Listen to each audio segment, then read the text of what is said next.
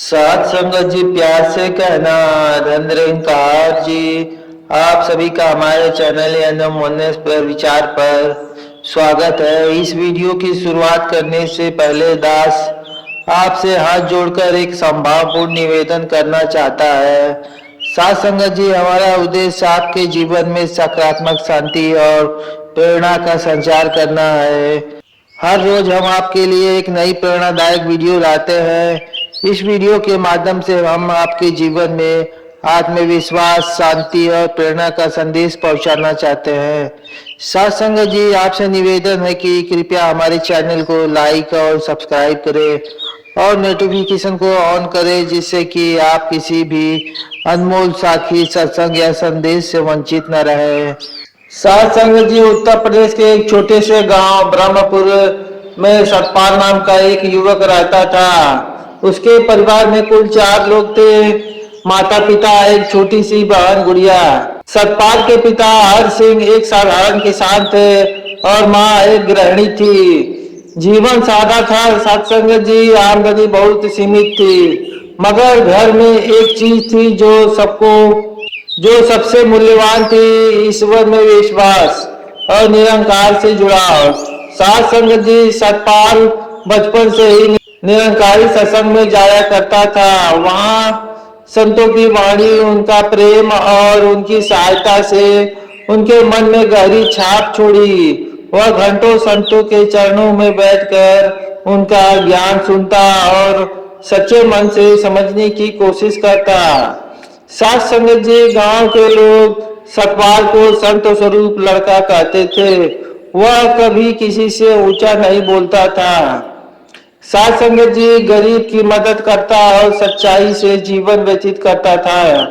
लेकिन एक बात थी, सात संगत जी उसे हमेशा परेशान करती थी। परिवार की आर्थिक स्थिति सात संगत जी अच्छी नहीं थी। उसका सपना था कि वह कुछ बड़ा करे ताकि माता पिता को सम्मान मिल सके, बहन की शादी अच्छे घर में हो सके। सात संगत जी, 18 साल की उम्र में सतपाल ने गांव से इंटर की परीक्षा पास की। कॉलेज जाने का सपना तो था, पर उसके पास पैसे नहीं थे। ऐसे में उसने सोचा कि पहले कुछ काम किया जाए, फिर आगे की पढ़ाई की। आज संजय जी, एक दिन गांव में एक आदमी आया। उसका नाम था रमेश। उसने बताया कि लुधियाना में उसकी एक फैक्ट्री है और वहां युवकों को काम पर रखा जा रहा है। सात संगत जी, सतपाल के पिता ने पूछा कि कितनी तनख्वाह मिलेगी। सात संगत जी, रमेश ने जवाब दिया, 7,000 से शुरू है। रहने और खाने की सुविधा भी है। घर की हालात को देखते हुए सतपाल ने तय कर लिया कि वह मौका नहीं गवाएगा।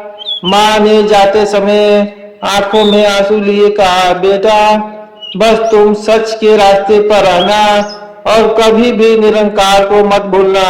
आज संगत जी, सतपाल ने झोला उठाया और सिर झुकाकर माता पिता के चरण छुए और ट्रेन पकड़ लिए। सात संगत जी, लुधियाना पहुंचकर सतपाल को जैसे झटका लगा। वहां फैक्ट्री नाम की कोई चीज ही नहीं थी।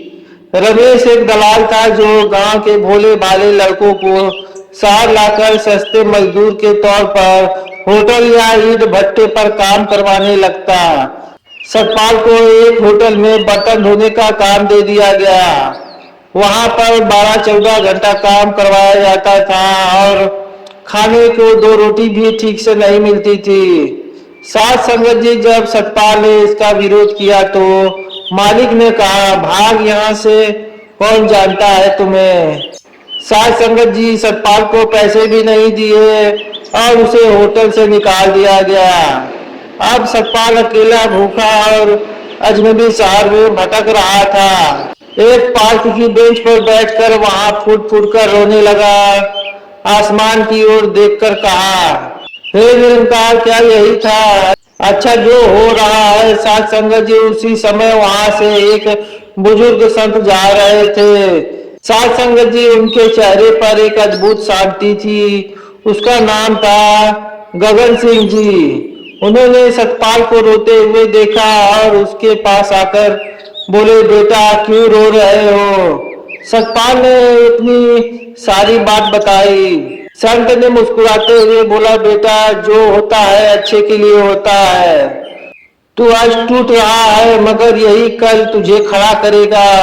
सात संगत जी, सतपाल ने सिर झुकाकर पूछा, लेकिन दादा मैं क्या करूं? संत जी बोले, आओ मेरे साथ, तेरी सेवा से तेरा भविष्य निखरेगा। सात संगत जी, गगनदास सिंह जी ने सतपाल को अपने साथ एक छोटे से सेवा केंद्र में ले गए। वहां संगत तो सप्ताह में एक बार होती थी, लेकिन सेवा रोज रोज होती थी। भोजन वितरण, बुजुर्गों की सहायता, कपड़ों का संग्रह और झुग्गी बस्तियों में शिक्षा दे सेवा। आज संगत जी, संत जी ने सतपाल से कहा, बेटा तन से सेवा करना, मन से सिमरन करना और सत्संग कर, यही सत्य मार्ग है। सात संगत जी, सतपाल ने सबसे पहले सेवा केंद्र की सफाई से शुरुआत की। वहां सुबह जल्दी उठता, झाड़ू लगाता, बर्तनों की सफाई करता और चाय बनाने में मदद करता। उसे कोई तनख्वाह नहीं मिलती, लेकिन उसे एक चीज जरूर मिलती, वह थी आत्मिक शांति। सात संगत जी, एक दिन संत गगनदास जी ने उसे झुग्गी बस्ती चलाने को कहा। वहां बच्चों को शिक्षा दी जाती थी। सतपाल को छोटे बच्चों को अक्षर पहचानने का काम सौंप दिया गया। वह जब बच्चों को पढ़ाता और उनके चेहरे पर मुस्कान देखता था तो उसे एक अनोखा सुकून महसूस होता था। सात संगत जी, उसके मन में सोचा कि पहले मैं सिर्फ पैसे कमाना चाहता था, अब मुझे लोगों की दुआएं भी मिल रही है। 3 महीने बीत गए और सतपाल की मेहनत को सबने देखा। वह हर सेवा में आगे रहता, दूसरों को प्रेरित करता और निरंकार का सिमरन हमेशा करता रहता था। एक दिन सत्संग के बाद संत गगन जी ने सबके सामने कहा, यह बालक सतपाल एक मिसाल है जिसको जीवन में धोखा मिला। वह टूटने के बजाय सेवा में जुड़ गया।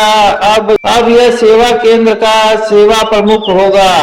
सात संगत जी, सबने ताली बजाकर उसका स्वागत किया।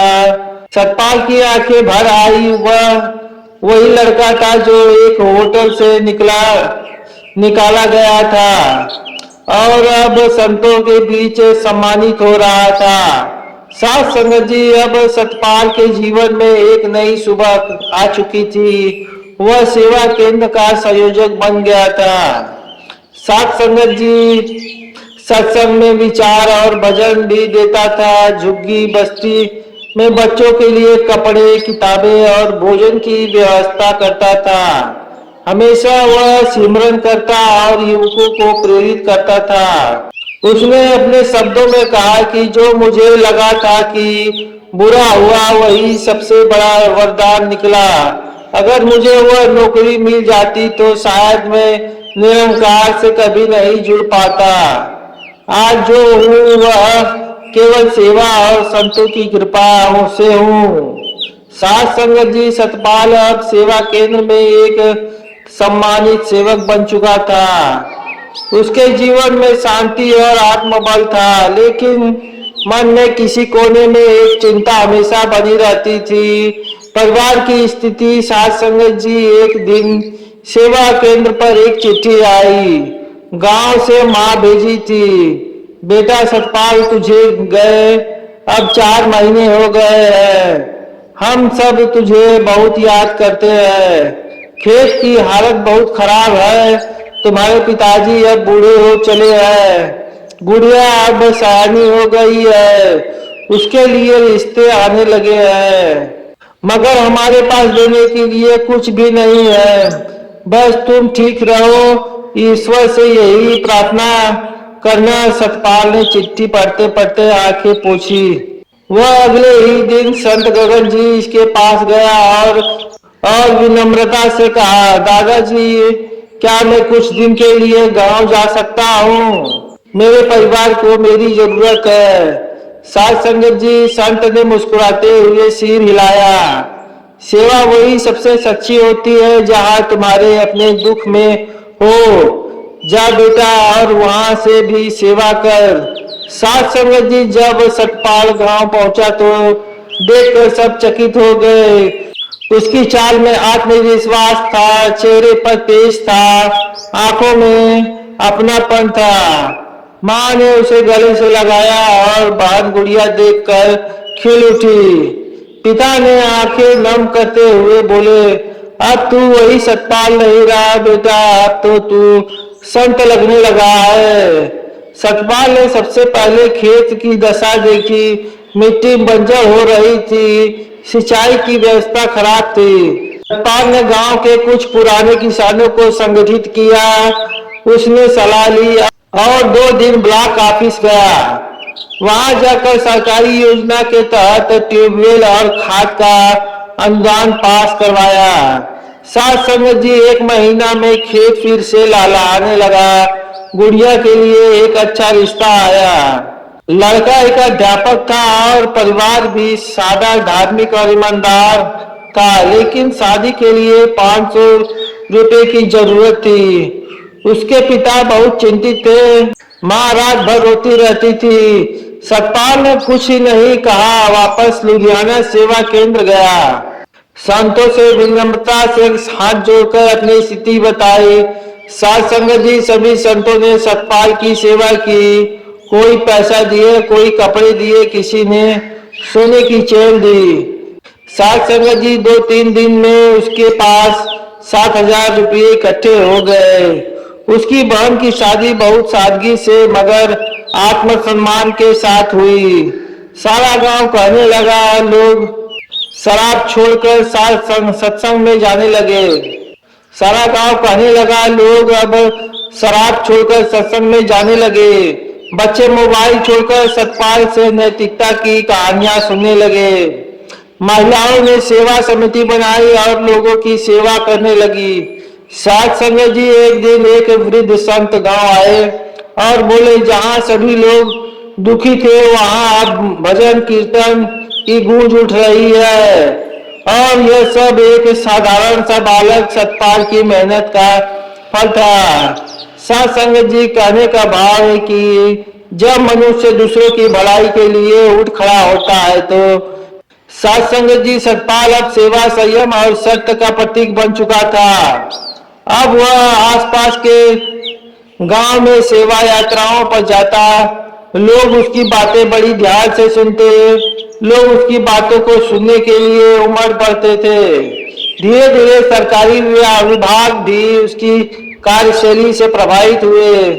एक दिन उसे ब्लॉक से एक पत्र मिला, आपको पंचायत सलाहकार समिति में विशेष सदस्यता के रूप में चुना गया है। सतपाल को लगा यह निरंकार की मर्जी है ताकि वह गांव की भलाई में और भी गहराई से जुड़ सके। लेकिन यह उसका सामना जीवन की सबसे कठिन परीक्षा से होने वाला था।